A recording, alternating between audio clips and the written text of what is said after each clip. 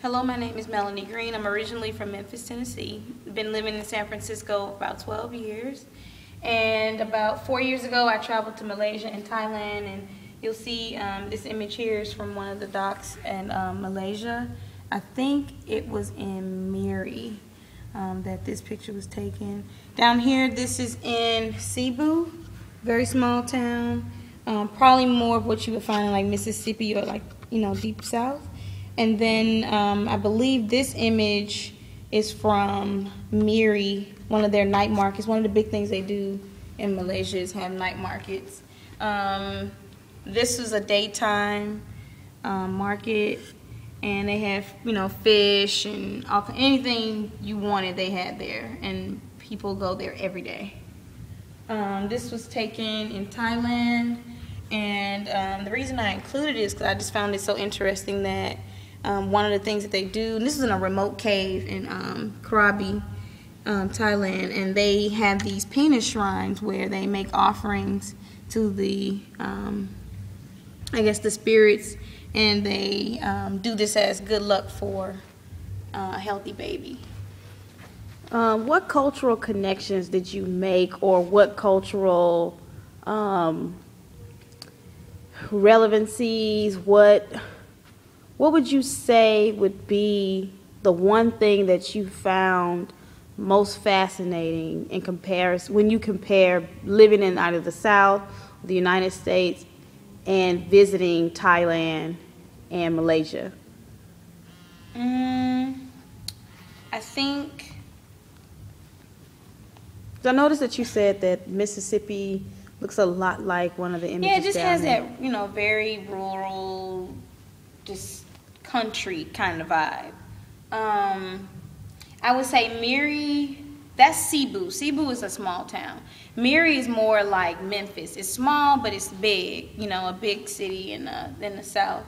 And then another place we stayed was Kuala Lumpur, and it was huge, kind of like a major, like New York, San Francisco, like that. Those are like the things that I just noticed how it felt. It had the same energy of those different places, like the South, Mid-South, and the East. What about the people?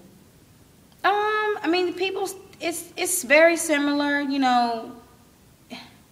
personal space doesn't mean a lot in Kuala Lumpur. It's a big city. It's just like New York. It's packed, people don't really, it's like, let's get where I gotta go. It still has a positive, or I should say, mellow vibe, but people really are buzzing there. And if you go to Miri or Cebu, it's very different. People are more apt to speak to you, more likely to engage you more. It just has that southern vibe. So, in relation to Black Flight and the purpose of Black Flight being to encourage African Americans to travel more, what would you say was your experience, and what would you say to encourage other African Americans to travel? How did that affect you as a person?